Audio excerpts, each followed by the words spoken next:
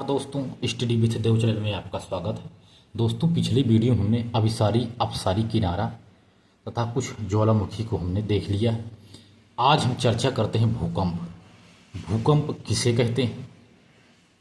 तो भूकंप पे यदि चर्चा किया जाए तो इसके विभिन्न कारण हैं जो भूकंप आते हैं। धरती जो हिलती है उसमें कंपन होता है, इसी को ही भूकंप कहते हैं। तो भूकंप आने के विभिन्न कारण हैं, जैसे प्लेट टेक्टोनिक ने टेक्टोनिक का सिद्धांत, टेक्टोनिक के कारण भी भूकंप आते हैं। ज्वालामुखी से भी भूकंप आते हैं। कृत्रिम यानी मानव कृत्रिम यानी मानव परीक्षण आदि के कारण भी भूकंप आ जाते हैं। पृथ्वी की जो आंतरिक क्रियाएं हैं, जो आंतरिक क्रियाकलाप होता है, हलचल वगैरह, इसके कारण भी भूकंप आ जाते हैं। तो भूकंप के कई कारण हैं। तो भूकंप में यदि आती है भूकंप, इसमें कई सारे तरंगे हैं। भूकंपीय तरंगे कई सारी होती हैं जिसके कारण भूकंप का निर्माण होता है। जैसे प्राथमिक तरंगे यानी पी, यस यानी द्वितीय तरंगे, यल मतलब धरातलीय तरंगे यानी लॉन्ग गियर्च, यानी तीन प्रकार की भूकंपीय तरंगे होती हैं। पी एस एल तरंगे तीन प्रकार की होती हैं। यदि पी तरंगों पे चर्चा करें तो पी तरंगे यदि पूछा जाए किसे कहते हैं, तो जैसे एक पृथ्वी है, पृथ्वी तीन भाग में हमने बताया था, तीन पार्ट में है पृथ्वी, एक केंद्र है। इसके बाद मान लीजिए ये है इपी सेंटर, ये इपी सेंटर है और ये है फोकस बिंदु। ये फोकस बिंदु है, ये है इपी सेंटर, यानी भूकंपी अधिकेंद्र यही है। यहीं से भूकंप शुरू होता है, यही केंद्र है भूकंप का। तो पी तरंगे यदि देखा जाए तो यह सभी में चलती हैं। ठोस, द्रव, गैस तीनों में पी तरंगे चलती हैं। ये सर्वाधिक तीव्र होती हैं, तीव्रता यानी इसमें सर्वाधिक होती है। पी तरंगे यदि पूछा जाए तो ये अनुदैर्घ्य तरंगे होती हैं, जैसे ध्वनि। पी तरंगे अनुदैर्घ्य तरंगे हैं। तरंग दैर्घ्य इसमें कम है, इसलिए नुकसान इससे कम होता है। यानी पी तरंगे जब चलती हैं तो ये थोड़ा, इनकी तरंग दैर्घ्य, तीव्रता सर्वाधिक है लेकिन तरंग दैर्घ्य इसका जो है थोड़ा कम है, इसलिए नुकसान इसमें कम होता है। और तीव्रता इनकी तेज है क्योंकि बहुत तेज चलती है। यस तरंगे देखते हैं। यस तरंगे तीव्रता जो प्राथमिक तरंगे हैं पी तरंगे, इससे थोड़ा कम होती है। इसकी गति पी तरंगों से कम होती है। प्रकार देखा जाए तो ये अनुप्रस्थ तरंग है। जो पी तरंगे हैं अनुदैर्घ्य तरंगे हैं और यस तरंगे अनुप्रस्थ तरंगे हैं। यह ठोस में चलती हैं लेकिन द्रव में नहीं चलती हैं। पी तरंगे द्रव में नहीं चलती हैं, ठोस में चलती हैं।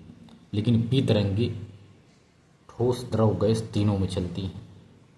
यदि यल तरंगे पे देखा जाए तो केवल और सतह पर चलती हैं, यानी धरातल पर ही सिर्फ चलती हैं यल तरंगे, इसलिए इनको धरातलीय तरंगे कहते हैं।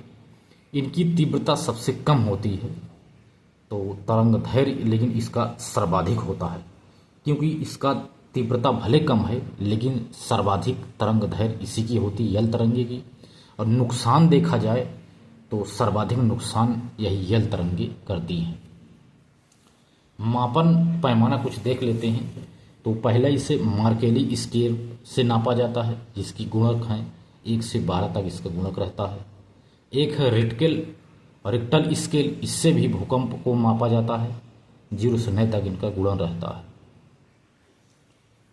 जैसे नापने की बात की जाए तो दिल्ली, देहरादून, कोलकाता, पूना और मुंबई, इस क्षेत्रों में सिस्मोग्राफ लगा हुआ है, इससे भी भूकंप का मापन किया जाता है। यानी दिल्ली, देहरादून, कोलकाता, पूना, मुंबई आदि जगह भी सिस्मोग्राफ लगाया गया है, जिससे भूकंप को मापा जाता है। यानी हमने भूकंप को देखा, इनके कारण टेक्टोनिक, प्लेट टेक्टोनिक, ज्वालामुखी, मानव परीक्षण, पृथ्वी की अंतःक्रिया आदि के कारण होती हैं। इनसे तीन तरंगे निकलती हैं भूकंप में। PSRL। पी तरंगे सबसे कम नुकसानदायक हैं क्योंकि इसकी तीव्रता तो बहुत तेज है लेकिन तरंग दैर्घ्य कम है। यल तरंगे तीव्रता तो सबसे कम है लेकिन तरंग दैर्घ्य सर्वाधिक है, इसलिए सर्वाधिक नुकसान यस तरंगों के द्वारा होता है। इसके बाद हम देखेंगे चट्टानें। भूकंप के बारे में हमने देख लिया, इनके क्या कारण हैं, कैसे चलती हैं। इसमें 3 तरंगे चलती हैं, इसको हमने देखा। इनके मापन के पैमाने भी होते हैं। तो मोटे तौर पर देखा जाए तो कुछ जैसे ज्वालामुखी है, ज्वालामुखी के अंदर जो लावा होते हैं, दोनों 2 प्लेट आपस में टकराती हैं तो जो भारी प्लेट होती है वो नीचे धंस जाती है और हल्की ऊपर हो जाती है। इससे गलित पर्वत का निर्माण भी होता है और धंसने से के क्रम में कुछ जो प्लेटें हैं वो गल जाती हैं, लावा के रूप में धधकते लगती हैं और वह बाहर निकलने की कोशिश करती हैं। यदि बाहर निकल गई तो ज्वालामुखी आ जाता है, यदि नहीं निकल पाती हैं तो पृथ्वी थोड़ा हिल जाती है, कंपन आ जाता है पृथ्वी में, इसी को ही भूकंप कहते हैं। भूकंप देखा हमने। आप देखते हैं चट्टानें। तो चट्टानें विभिन्न प्रकार की होती हैं, तो कुछ देख लेते हैं। जो चट्टानें हैं इसमें जो तत्व पाए जाते हैं, तो चट्टानों में बहुत सारे तत्व पाए जाते हैं। तो चट्टानों में ऑक्सीजन 46% पाया जाता है, सिलिका 27% पाया जाता है, एल्युमिनियम 8% पाया जाता है, आयरन 5% पाया जाता है, कैल्शियम 3.5% पाया जाता है, सोडियम, पोटेशियम, मैग्नीशियम आदि तत्व पाए जाते हैं। कुछ जैसे ऑक्साइड, सिलिकेट, कार्बोनेट, कुछ खनिज पदार्थ भी इसमें पाए जाते हैं। यानी चट्टानों में विभिन्न प्रकार के तत्व पाए जाते हैं।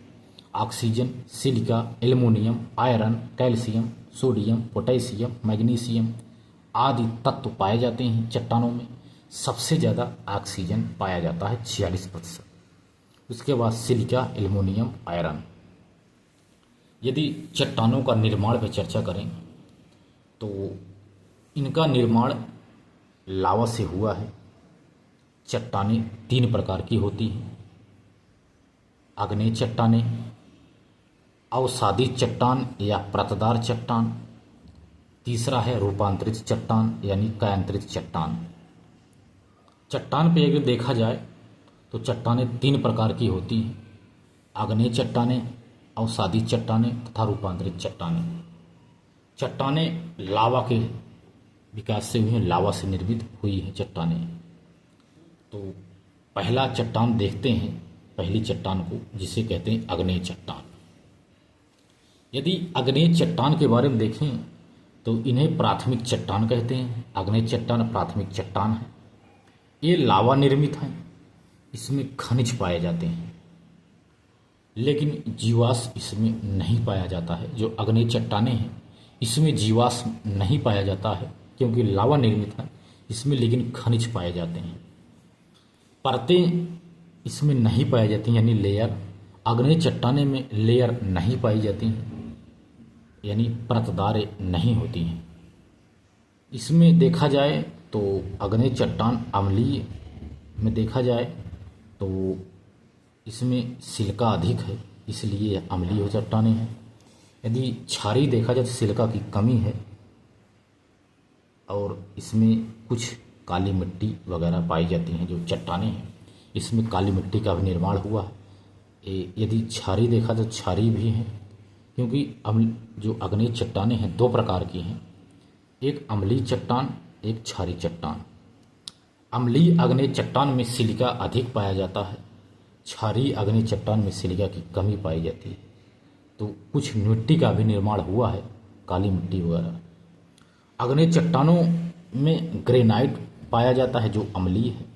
धरातल के नीचे होते हैं जो ग्रेनाइट हैं, ये धरातल के नीचे होते हैं और अम्लीय होते हैं। बेसाल्ट देखा जाए, बेसाल्ट चट्टानें ये धरातल के ऊपर होते हैं, आकार इनका ठंडा हो जाता है, इसी को ही बेसाल्ट कहते हैं। तो यदि देखा जाए जैसे मान लीजिए ये है, ऊपर जो है इसे कहते हैं बेसाल्ट है ठंडा, और नीचे जो धंसे हैं इन्हीं को ग्रेनाइट कहते हैं। अम्लीय है, धरातल की पृथ्वी धरातल के नीचे पाए जाते हैं ग्रेनाइट। तो क्रस्ट देखा जाए तो क्रस्ट सबसे ज़्यादा आग्नेय चट्टानों में पाया जाता है। इनका निर्माण सबसे ज़्यादा होता है क्योंकि ये चट्टान से बनी होती हैं। लगभग इसमें 90 से 95% तक ये पाई जाती हैं आग्नेय चट्टानें। क्रस्ट से लेकर लगभग 90 से 95% तक ये पाई जाती हैं। यदि देखा जाए तो इनका मापन, तो जो ये अवसादी चट्टानें हैं, तो यदि इनको तो कहा जाए तो सबसे ज़्यादा पृथ्वी से ढकी हुई, पृथ्वी इसी से ढकी हुई है। लगभग 70 से 75 से 80% तक लगभग अवसादी चट्टानें ही पाई जाती हैं।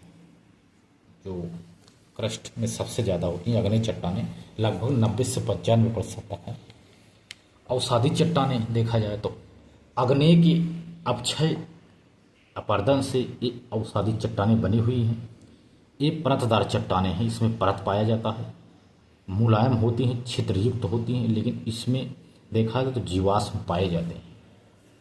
आग्नेय चट्टानों में जीवाश्म नहीं पाए जाते, लेकिन अवसादी चट्टानों में जीवाश्म पाए जाते हैं। कोयला, पेट्रोलियम आदि इसमें पाया जाता है।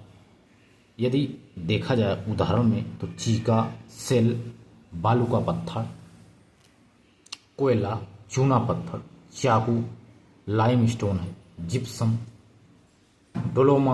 डोलोमाइट, साल्ट, लोयस यानी बालू, गोलास यानी कांडलोमेरेट आदि इसमें पाए जाते हैं। अवसादी चट्टानें में ये सभी पाए जाते हैं। इसके बाद देखते हैं रूपांतरित चट्टानें, कायांतरित चट्टानें। ये आग्नेय अवसादी चट्टानों से बनी है। इसे कायांतरित भी कहते हैं, कायांतरित चट्टान भी कहते हैं। ताप से रूप इनका बदल जाता है, इन्हीं को ही रूपांतरित चट्टान कहते हैं। जैसे आग्नेय चट्टानें है ग्रेनाइट, इसको रूपांतरित करके नीस बना दिया जाता है, इसी को तो रूपांतरित चट्टान। बेसाल्ट को शिस्ट में बदल दिया जाता है, ग्रेवो को सर्पेंटाइन में बदल दिया जाता है। ग्रेनाइट नीस, बेसाल्ट शिस्ट, ग्रेवो सर्पेंटाइन। इसके बाद कुछ अवसादी चट्टानें, तो आग्नेय चट्टानें हैं। अवसादी चट्टान से बालू का पत्थर है तो क्वार्टजाइट बन जाता है। चूना पत्थर का संगमरमर बनता है। चाक डोलोमाइट का संगमरमर बनता है। कोयला का ग्रेफाइट बन जाता है।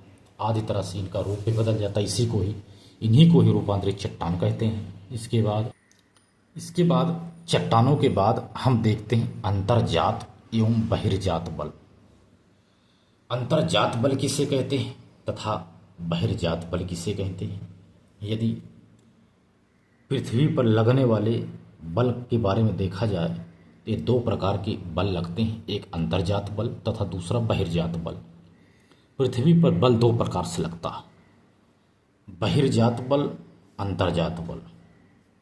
बहिर्जात बल यानी अपक्षय अपर्दन के कारण जल, वायु, हिमानी आदि प्रक्रियाएं बहिर्जात के बल अंतर्गत हैं।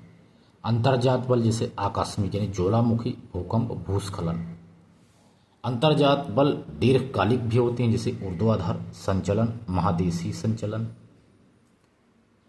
क्षैतिज संचलन जैसे पर्वत निर्माणकारी। तनाव से भ्रंश बनता है, संपीड़न से वलन यानी मोड़दार पर्वत बनता है। अभिर्जात ये अंतर्जात बल है।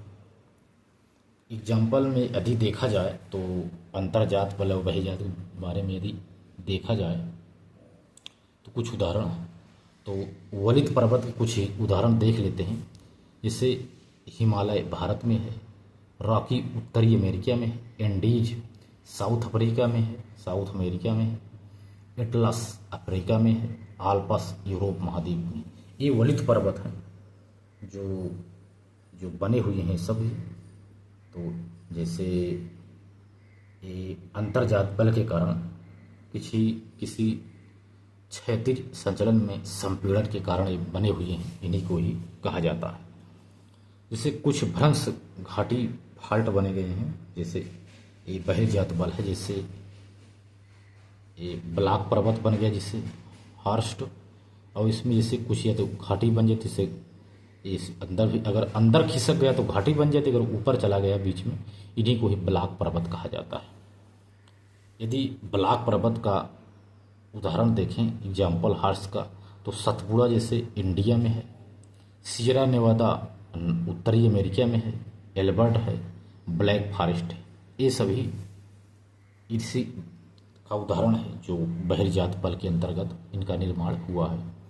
भ्रंश घाटी की अगर बात करें तो पूर्व अफ्रीका की भ्रंश घाटी, नर्मदा ताप्ती नदियों की घाटी, वाइकल घाटी तथा राइन नदी की घाटी आदि भ्रंश घाटियों का भी निर्माण भी हुआ है।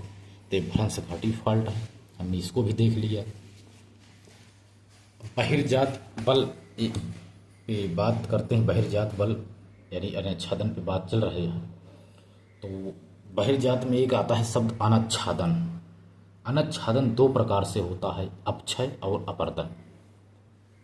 अपतर जो अपक्षय है इस पे देखा जो तो इसके तीन रूप हैं, भौतिक अपक्षय, रासायनिक अपक्षय तथा जैविक अपक्षय। भौतिक अपक्षय में आता है सूर्यताप, पाला, दाब मुक्ति, ये सभी भौतिक अपक्षय हैं। रासायनिक अपक्षय के बारे में देखा जाए तो ऑक्सीकरण, कार्बोनीकरण, जलयोजन, ये सभी रासायनिक अपक्षय हैं।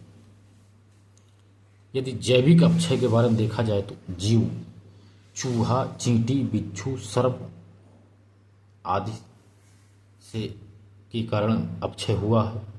वनस्पति से यानी लंबी जड़ के द्वारा भी जैविक अपक्षय हुआ है। मनुष्य के द्वारा भी जैविक अपक्षय हुआ है।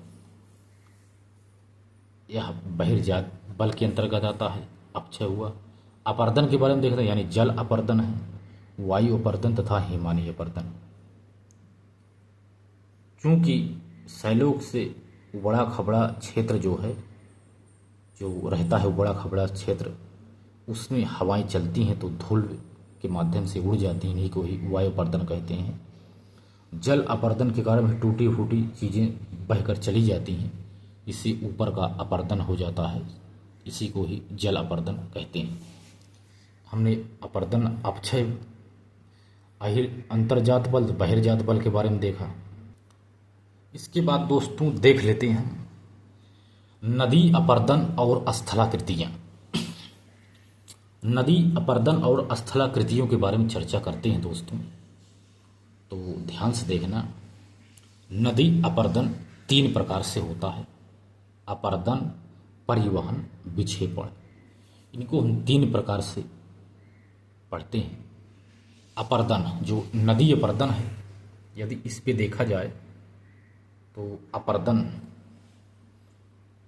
पे देखा जाए तो अपर्दन शक्ति के द्वारा होता है, नवी वेग के द्वारा होता है अपर्दन, घोलीकरण के द्वारा अपर्दन होता है, अपघर्षण के कारण भी होता है तथा सन्निघर्षण के कारण भी होता है, तथा जल की गति की क्रिया के द्वारा भी अपर्दन होता है। ये नदियों का अपर्दन है, ये अपर्दन क्षेत्र है। अगर परिवहन के बारे में देखा जाए तो लुढ़क कर, उछल कर, लटक कर तथा घुल कर आदि के द्वारा परिवहन अपर्दन होता है। निक्षेपण के द्वारा भी अपर्दन होता है, जैसे अपर्दित पदार्थ का जमना। कोई अपर्दित पदार्थ है वह जम जाता है। इनकी तीन अवस्थाएं हैं, युवावस्था, पौढ़ावस्था तथा वृद्धावस्था। इन अपर्दित पदार्थ का जमा होना ही निक्षेपण कहलाता है। जैसे युवा अवस्था बहुत तेजी से चलती है, फिर पौढ़ावस्था आता है, फिर वृद्धावस्था, धीरे धीरे इसमें बहाव कम हो जाता है, इसी को ही वृद्धावस्था कहते हैं। तो हमने नदी अपर्दन देखा। नदी अपर्दन तीन प्रकार, अपर्दन, परिवहन, निक्षेपण। इसके बाद जो यह परिवर्तन होता है, निक्षेपण, परिवहन, अपर्दन होता है, बहाव होता है धीमा तेज, इसके कारण नदियों से कुछ नदी अपर्दन से निर्मित स्थल रूप हैं, इसके बारे में देख लेते हैं। तो क्या क्या इनसे बनता है, तो नदी अपर्दन से निर्मित स्थल रूप तो देखते हैं। पहला घाटी, घाटी का निर्माण होता है, जैसे बी आकार की घाटी। घाटी में जैसे गार्ज कैनियन, कैनियन एक गड्ढा है। ग्रैंड कैनियन कोलोराडो यानी यूएसए का एक कैनियन यानी एक गड्ढा है। यानी नदी अपर्दन से घाटी का निर्माण होता है, जिससे गार्ज एवं घाटी यानी कैनियन आदि का निर्माण हुआ। वी आकार की घाटी, वी आकार की घाटी का निर्माण होता है। तथा जलप्रपात का भी निर्माण होता है नदी के वर्तन से, जैसे इंजन जलप्रपात, चुरुन या बेनुजला इस क्षेत्र में पड़ता है। गरसोपा जलप्रपात शरावती नदी पर है कर्नाटक में। नियाग्रा जलप्रपात या इरी नदी पर है, इरी ओंटारियो यूएसए में है नियाग्रा जलप्रपात। इसके बाद विक्टोरिया जलप्रपात यानी जाम्बेजी नदी पर है दक्षिण अफ्रीका में। इसके बाद कैटरेक्ट जलप्रपात है, यह इसको छिपिका भी कहते हैं, तो कैटरेक्ट और छिपिका आदि भी इससे बनते हैं। इसके बाद एक और स्थल का निर्माण होता है जिसे कहते हैं जलगर्तिका, बी आकार की घाटी जलप्रपात। इसके बाद देखते हैं जलगर्तिका, इसका भी निर्माण होता है, जैसे संरचनात्मक खोपान, नदी विसर्प मिनंडर यानी नदी विसर्प, गोखरू झील, चिकाट मिसिसिपी, काबर बिहार, संप्राय मैदान, नदी द्वीप आदि का निर्माण भी जलगर्तिका के रूप में होता है। यदि नदी अपरदन से निर्मित स्थल रूप हैं, तो ये नदी अपरदन से बने हुए स्थल रूप यानी नदी घाटी जलप्रपात तथा जलगर्तिका। इसके बाद देखते हैं नदी से निक्षेपण से बने स्थल रूप कुछ हैं, इसके भी देख लेते हैं, जैसे जलोढ़ शंकु, जलोढ़ पंग, पीट माट मैदान बांगर आदि क्षेत्र, प्राकृतिक तटबंध, बाढ़ का मैदान, जलोढ़ मैदान, खादर, कुछ डेल्टा बंद जैसे जलोढ़ शंकु, जलोढ़ पंग, प्राकृतिक तटबंध, बाढ़ का मैदान तथा डेल्टा आदि का निर्माण नदी के निक्षेपण से बना है। डेल्टा चापाकार, पंजाकार, खंडित, रुड़ित, परित्यक्त, ज्वर नदमुख, वर्धमान अवरोधित आदि डेल्टा का निर्माण होता है। बाढ़ का मैदान से जलोढ़ मैदान, खादर आदि मैदान बनते हैं। प्राकृतिक तटबंध आदि का निर्माण होता है। तो दोस्तों मिलते हैं और बेहतरीन क्लास में, तब तक के लिए धन्यवाद।